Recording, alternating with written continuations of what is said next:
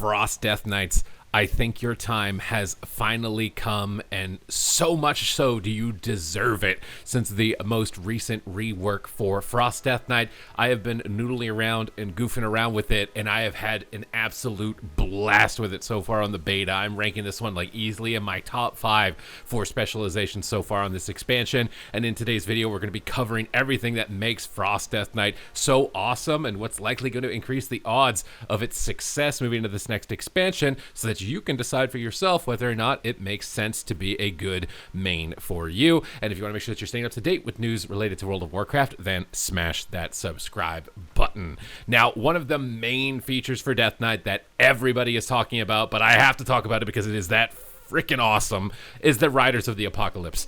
I will tell you right now, after playing some PvP and running around, attacking some dummies, being able to just call in the 4 horsemen with your Sindragosa and absolutely start tearing in with tons of procs feels absolutely amazing. Having this legion of Death Knights going at your targets and just absolutely decimating, providing you tons of utility, granting you anti-magic shields so you can immune enemy crowd control. So if you're in a battleground situation, you don't have a healer and you're tired of getting CC'd, these 4 horsemen are going to do a great job at preventing that. They're going to provide you a lot of durability, sustained damage, as well as you'll be proccing them throughout your engagements when you're in combat. It is absolutely a treat. And also the most important thing is I'm on a friggin' horse, dude. I'm on a friggin' horse. It feels so good. We are no longer shackled by limited mobility. Our pony is even better than the paladin's ponies.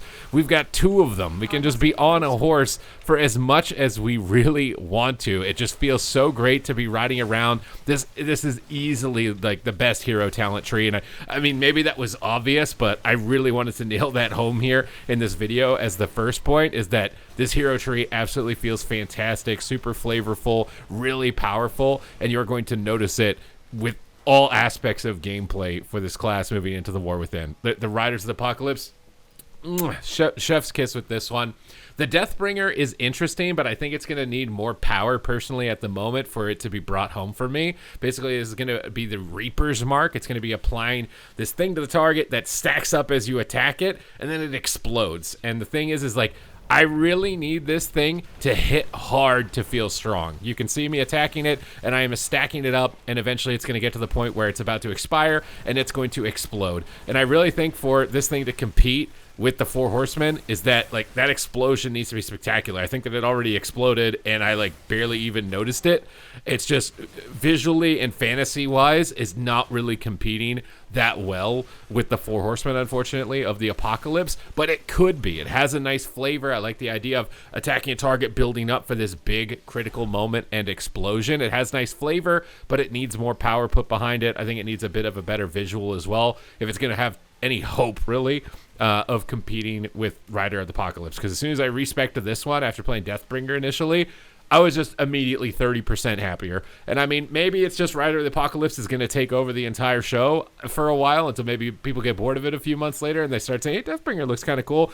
And maybe that's okay because Rider of the Apocalypse is just that fantastic. That might be all right.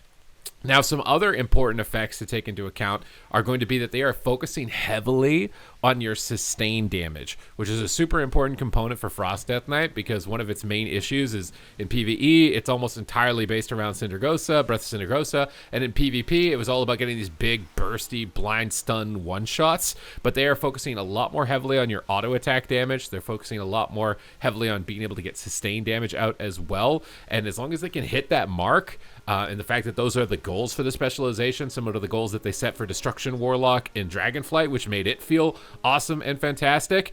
As long as they're aiming for that goal and continuing to tweak and tune for it, I think that you are likely going to end up in a position that feels really good and is likely really competitive as well. So I have faith in that, given what I've seen from them with the Destruction Warlock and kind of the language they were using when they were discussing the rework for that one in Dragonflight. I really think that they're going to be able to bring it home with Deathknight. You are also going to be bringing some very, very, very powerful utility into this next expansion. I talked about Anti-Magic Zone from the or anti-magic shield from the 4 horsemen, providing that to you. But you can also get talents like Vestigial Shell, which is casting anti-magic shell will grant 2 nearby allies a lesser anti-magic shell for 293 1,000 magic damage, and it will reduce the duration of harmful effects on them by 50%.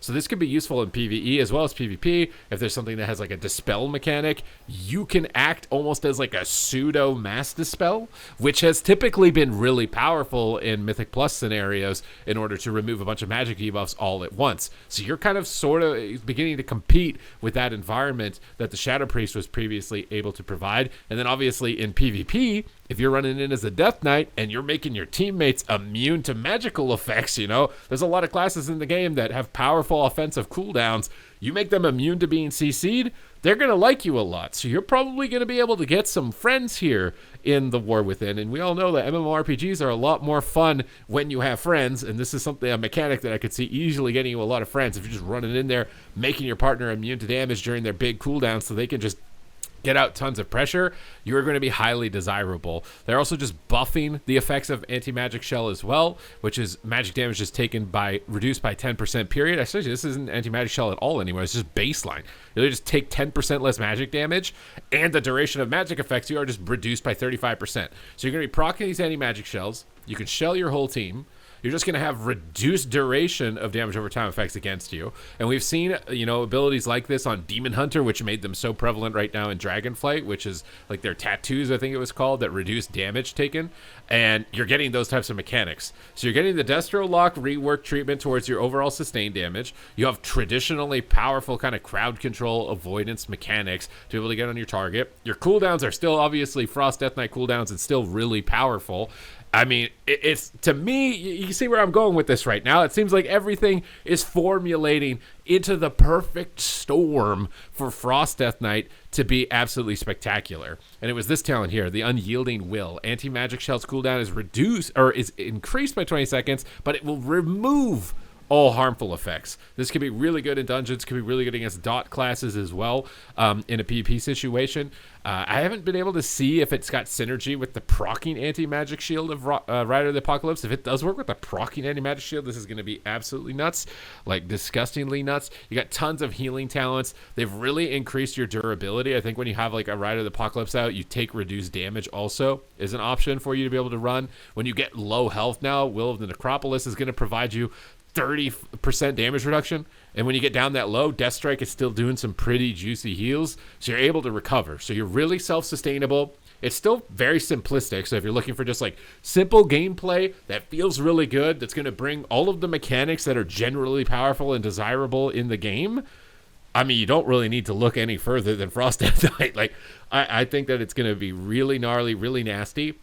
Also, remember that we are in beta and things are subject to change. Right now, I would say that Unholy Death Knight is shining a little bit more than you, but you don't really want to shine too much in the beta. You know, it's kind of, I'm trying to remember what that metaphor is, but it was like when flowers are growing, you don't want to be the tallest flower because you're the first one to get cut. The same rule applies here in the beta as far as being strong. So it's honestly a good thing Unholy DK is growing a little bit taller than you, because it's luckily the Blizzard Bandsaw going to go right now. And Unholy gets knocked down, and guess who's sitting there waiting for their moment to shine? Right underneath the Unholy Death Knight. It's you. It's you on the Frost Death Knight. I think that this spec is looking absolutely spectacular. It's got all of the signs that it is likely going to be powerful in the next expansion. I've been enjoying my time on it. If you'd like to follow me live, I'm streaming it, pretty much every day. It's linked in the description down below, so you can see my journey as I'm exploring all of the classes. Going to be trying to get as many perspectives as possible in order to relay that information to you, so that you can make the most important decision when it comes to World of Warcraft and an expansion release, which is what class and what spec are you going to play. So thank you very much for watching the video here today. Hope that you enjoyed it. Smash the subscribe button, and I will see you in the next one.